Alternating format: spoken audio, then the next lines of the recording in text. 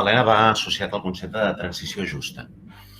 És a dir, hi haurà transició, hi haurà canvi climàtic, sí.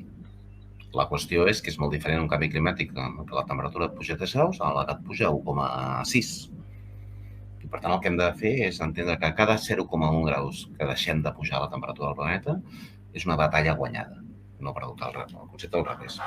Dos, hi haurà transició energètica? Sí. Hi haurà damnificats. Damnificats reals i falsos damnificats. És a dir, gent que se sent damnificada que en realitat no ho és. Llavors jo crec que el que hem de garantir aquí és acompanyar i acompanyar a la gent damnificada. Poso un exemple molt gràfic. El repartiment de mercaderies d'última milla representa un 20% de la contaminació de les nostres ciutats. Un 20%, una barbaritat.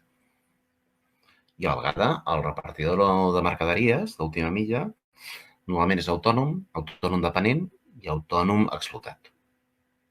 Li pots demanar que es canviï el vehicle elèctric?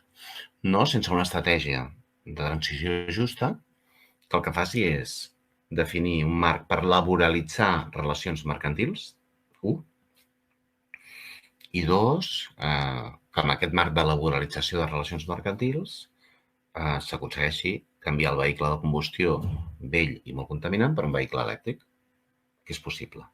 Això vol dir una estratègia de transició justa. Per tant,